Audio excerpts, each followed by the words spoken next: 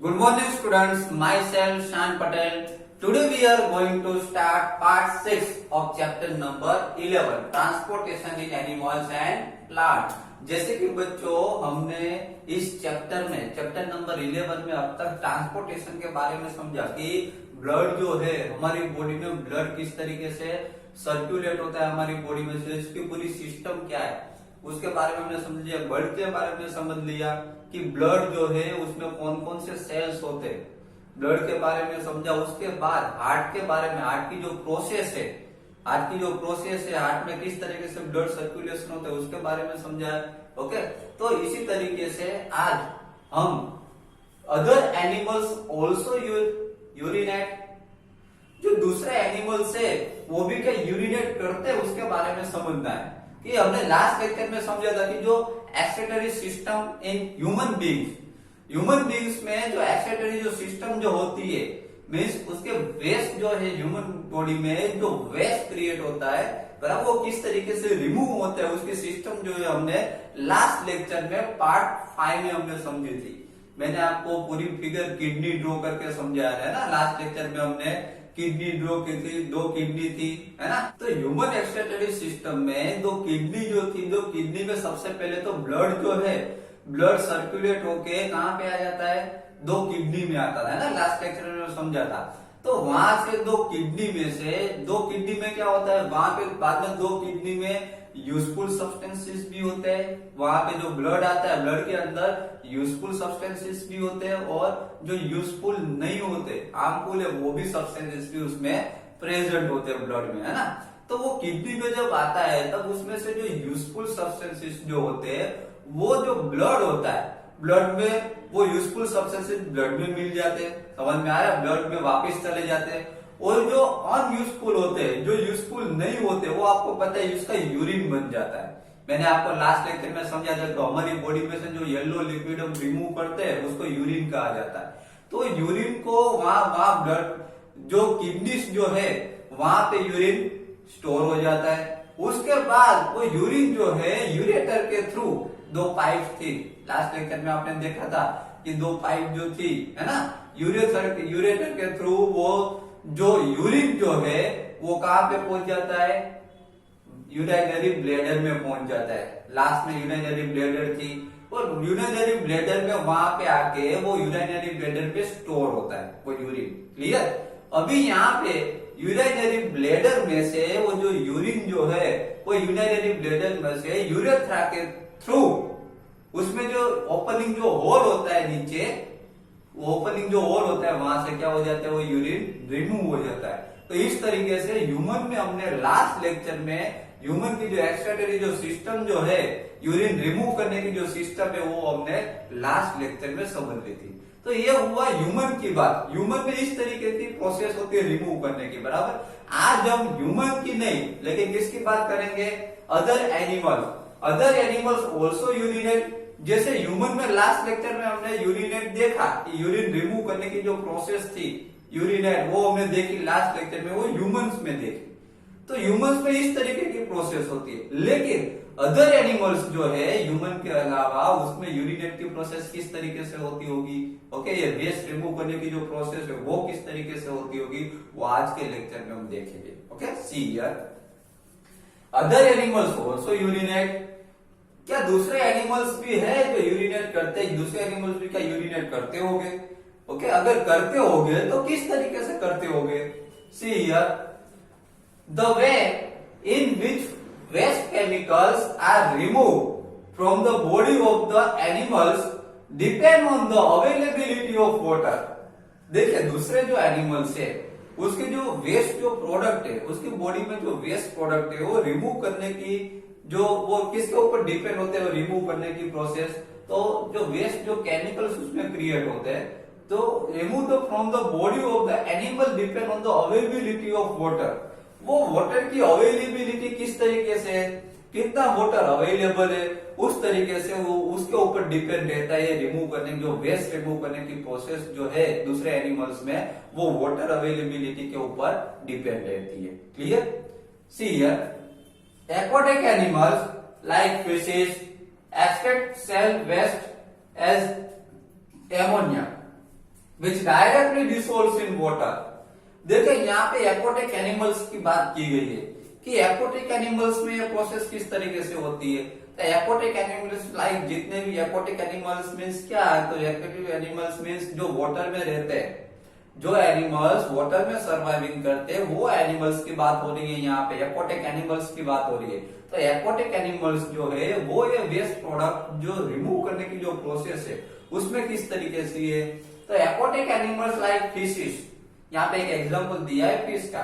Fishes जो है extract cell waste as ammonia, वो अपने जो वेस्ट प्रोडक्ट जो है वो एमोनिया के फॉर्म में वो अपनी बॉडी में से रिमूव करते हैं, विच डायरेक्टली डिसोल्व इन वाटर। अब ये जो एमोनिया है उसकी जो वेस्ट प्रोडक्ट जो है उसकी बॉडी में से रिमूव होती है, वो डायरेक्टली क्या होती है कि वाटर जो है उसमें डिसोल्व हो जाती है। समझ में आ रहा है? फिर से एक बार बता दूं कि एक्वाटिक एनिमल्स जो होते हैं लाइक फिशिस, वो क्या करते हैं कि अपनी बॉडी में से जो वेस्ट प्रोडक्ट जो अपनी बॉडी में से रिमूव होती है वो एज अ एमोनिया के फॉर्म में वो रिलीज करते हैं। और जैसे कि वो रिलीज करते हैं और फिर जो वाटर है, वाटर में ही रहते हो, तो ये जो वेस्ट प्रोडक्ट जो है उसकी एमोनिया के फॉर्म में वो वाटर में क्या हो जाती है, डिसॉल्व हो जाती है, वाटर में मिक्स हो जाती है। Clear? Then some land animals like birds, lizards, snakes excrete a semi-solid white color compound uric acid। देखिए यहाँ पे ये जो पॉइंट है, सेकंड पॉइंट वो एक्वाटिक एनिमल्स के बारे में था। सेकंड पॉइंट जो है वो किसके बारे में था? एक्वाटिक एनिमल्स के बारे में। कि एक्वाटिक एनिमल्स किस तरीके से वो अपनी जो रिमूव करते हैं अपने वेस्ट प्रोडक्ट। अभी यहाँ पे ये जो पॉइंट है वो लैंड एनिमल्स के बारे में। किसके बारे में? लैंड एनिमल्स के बारे में। कि कुछ लैंड एनिमल्स है लाइक यहाँ पे दिया गया कि लाइक बर्ड्स, लिजर्ड, स्नैक्स, ये सब क्या करते हैं? बर्ड्स है, लिजर्ड है, स्नैक्स है, वो सब क्या करते हैं? वो excrete semi solid white colour compound जो अपनी उसकी वेस्ट प्रोडक्ट है वो एक्सक्रीट करते हैं।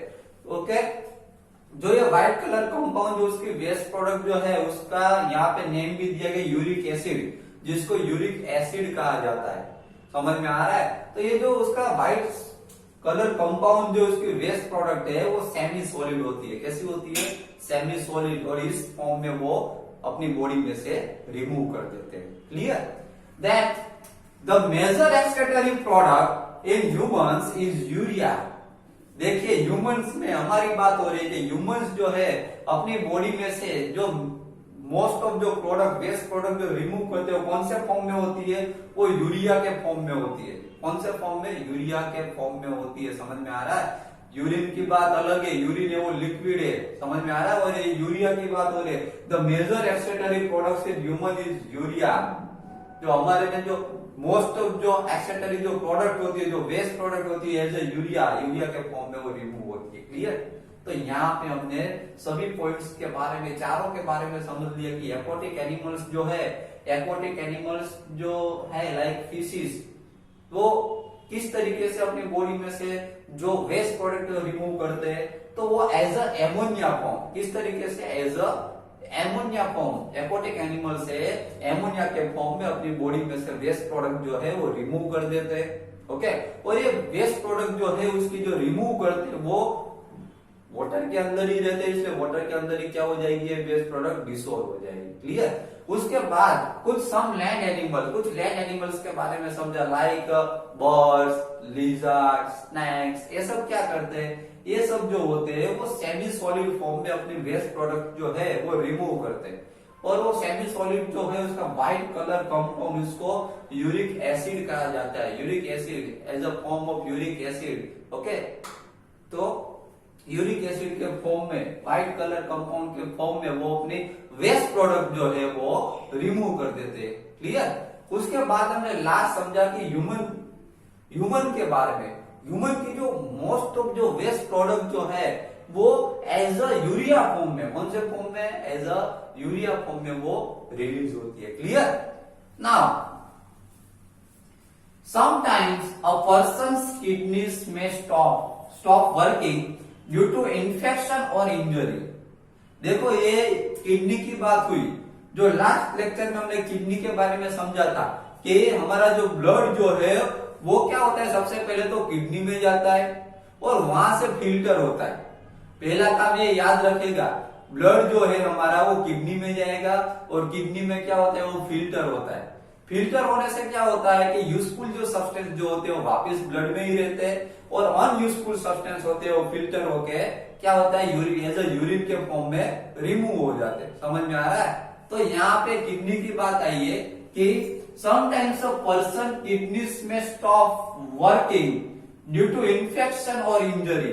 कभी कभी क्या होता है कि कोई पर्सन की जो ये किडनीज जो है वो वर्किंग करना स्टॉप कर देती है। किसकी वजह से स्टॉप कर देती है? ड्यू टू द इन्फेक्शन और इंजरी, या तो कोई इन्फेक्शन हुआ हो या फिर इंजरी हुई हो। इसकी वजह से कभी कभी क्या होता है कि कोई पर्सन में जो किडनीज की जो प्रोसेस है, ये फिल्टर करने की जो प्रोसेस जो है वो क्या हो जाती है, कभी कभी स्टॉप हो जाती है। देखिए यहाँ पे बहुत ही प्रॉब्लम है। अगर ये प्रोसेस किडनी की जो फिल्टर करने की प्रोसेस है, ब्लड को फिल्टर करने की प्रोसेस, वो अगर स्टॉप हो गए तो बहुत ही प्रॉब्लम क्रिएट हो सकता है। ओके, कैसे प्रॉब्लम क्रिएट हो सकता है कि अगर वो स्टॉप हो गई तो हमारा ब्लड फिल्टर होगा नहीं। देखिए आगे समझते हैं। As a result of kidney failure, waste products start accumulating in the blood. देखिए यहाँ पे बहुत ही इंटरेस्टिंग पॉइंट है। अगर आपकी किडनी जो है वो वर्किंग करना स्टॉप कर देगी तो क्या होगा, जो वेस्ट प्रोडक्ट जो बनती है, जो वेस्ट प्रोडक्ट जो बनती है वो क्या रहेगी, ब्लड में ही रहेगी, वो फिल्टर नहीं होगी। समझ में आ रहा है? ये किडनी का क्या काम क्या होता है कि ब्लड को फिल्टर करना, लेकिन किडनी ने अगर काम करना बंद कर दिया तो ब्लड आपका फिल्टर होगा नहीं। समझ में आ रहा है? और आपकी जो वेस्ट प्रोडक्ट है वो आगे नहीं जाएगी, वो यूरिन के फॉर्म में बाहर नहीं निकलेगी। तो वेस्ट प्रोडक्ट जो है कहां जाएगी, वेस्ट प्रोडक्ट ब्लड में ही रहेगी। तो वहां पे बहुत ही प्रॉब्लम क्रिएट हो सकता है। Such persons cannot survive unless their blood is filtered periodically through an artificial kidney. यहाँ पे ऐसा बताया गया है कि such person cannot survive unless their blood is filtered. यहाँ पे ऐसा बताया गया है कि ब्लड जो है अगर फिल्टर नहीं होगा तो पर्सन सर्वाइविंग नहीं कर सकता। समझ में आ रहा है? ब्लड का फिल्टर होना बहुत ही जरूरी है। अगर ब्लड फिल्टर नहीं हुआ तो वो पर्सन सर्वाइविंग नहीं कर सकता। तो क्या करना पड़ेगा, अभी कुछ इलाज तो करना पड़ेगा ना उसका, कि ब्लड अभी फिल्टर नहीं हो रहा है तो क्या करें। तो उसके लिए देखो यहाँ पे their blood is filtered periodically through an artificial kidney. बाद में क्या होता है कि ये जो किडनी अगर फेल हो जाती है, काम करना स्टॉप कर देती है, तो ऐसे जो पर्सन होते हैं उसके जो किडनी, उसका जो ब्लड फिल्टर वो आर्टिफिशियली, अलग से आर्टिफिशियल किडनी से, किससे, आर्टिफिशियल किडनी उसको यूज होती है उसका ब्लड फिल्टर करने के लिए। और ये जो प्रोसेस जो होती है उसको, this process is called the dialysis. इस प्रोसेस को डायलिसिस कहा जाता है। याद रखिएगा, एक बार फिर से मैं आपको समझा दूंगा डायलिसिस प्रोसेस क्या है। डायलिसिस प्रोसेस है कि कभी कभी कुछ पर्सन्स में क्या होता है कि किडनीज जो होती है वो वर्किंग करना स्टॉप कर देती है। अभी किडनीज का काम क्या है, किडनीज का काम ये है कि ब्लड को फिल्टर करती है ना, ब्लड को फिल्टर करती है, जिसकी वजह से ब्लड में जो वेस्ट प्रोडक्ट जो होती है वो यूरिन के फॉर्म में रिमूव हो जाती है। लेकिन किडनी ने वर्क करना स्टॉप कर दिया तो वो ब्लड जो है वो फिल्टर होगा नहीं। समझ में आ रहा है? तो वेस्ट प्रोडक्ट से वो किस में रहेगी, ब्लड में ही रहेगी। तो ऐसे ब्लड में ही वो वेस्ट प्रोडक्ट इकट्ठा होगी तो बहुत ही प्रॉब्लम क्रिएट हो सकता है। इसकी वजह से क्या किया गया, डॉक्टर्स ने ऐसी आर्टिफिशियल किडनीज बनाई है। ऐसे जो पर्सन होते हैं जिसकी किडनी वर्क करना स्टॉप कर देते हैं, उसके लिए एक इलाज है कि डॉक्टर ने क्या किया, आर्टिफिशियल किडनी बनाई है। आर्टिफिशियल किडनी में उसका जो ब्लड होता है वो फिल्टर हो जाता है। समझ में आ रहा है? और इस प्रोसेस को डायलिसिस कहा जाता है। क्या कहा जाता है, डायलिसिस। याद रखिएगा। Okay, now we have all experience we sweat on a hot summer day. देखो यहाँ पर भी इंटरेस्टिंग पॉइंट है, मैंने लास्ट लेक्चर में भी आपको समझाया था कि जब समर डेज होते हैं, सब हॉट डेज जब होते हैं उसमें हीटिंग ज्यादा होते हैं, उनको गर्मी ज्यादा लगती है ना। इसलिए क्या होता है कि हमारी बॉडी में से स्वेट रिमूव होता है। हमारी बॉडी में से क्या होता है? स्वेट। स्वेट का मतलब होता है, स्वेट रिमूव होता है, स्वेट का मतलब होता है पसीना। हमारी बॉडी में से पसीना रिमूव होता है ना, तो वो उसकी स्मेल आती है ना, तो किसकी वजह से आती है, उसमें क्या होता है, तो उसके पसीने की ये स्वेट की स्मेल आती है।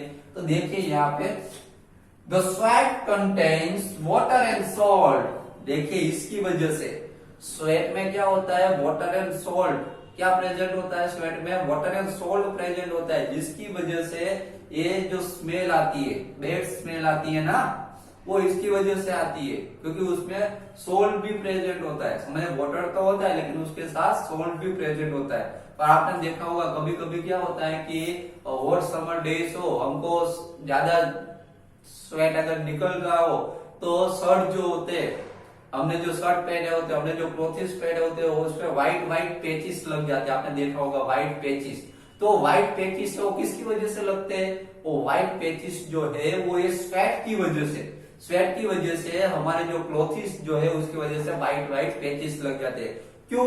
क्योंकि उसमें सोल्ट प्रेजेंट होता है। समझ में आ रहा है? सोल्ट जो है लिक्विड फॉर्म में हमने जो क्लोथिस पहने होंगे उसमें लिक्विड फॉर्म में वो क्या हो जाएगा? टच हो जाएगा, चिपक जाएगा, और बाद में जब वो ड्राई होगा तब क्या दिखेगा? वो व्हाइट कलर का सोल्ट है हमारी बॉडी के ऊपर दिखेगा, हमारे क्लोथिस के ऊपर उसके पैचेस जो है वो दिखेंगे। समझ में आ रहा है? तो बच्चों आज के लेक्चर में हमने पार्ट 6 में अदर एनिमल्स, दूसरे जो एनिमल्स है ह्यूमन बीइंग के अलावा जो दूसरे एनिमल्स है, वो उसमें एक्सक्रीटरी सिस्टम जो होती है, उसमें जो वेस्ट प्रोडक्ट रिमूव करने की जो सिस्टम जो होती है वो किस तरीके से होती है, वो हमने पार्ट 6 में समझ लिया। ओके, इसके बाद के जो पॉइंट्स जो है, इसके बाद के जो टॉपिक्स जो है वो हम नेक्स्ट लेक्चर में मीन्स पार्ट 7 में समझेंगे। Okay, thank you very much.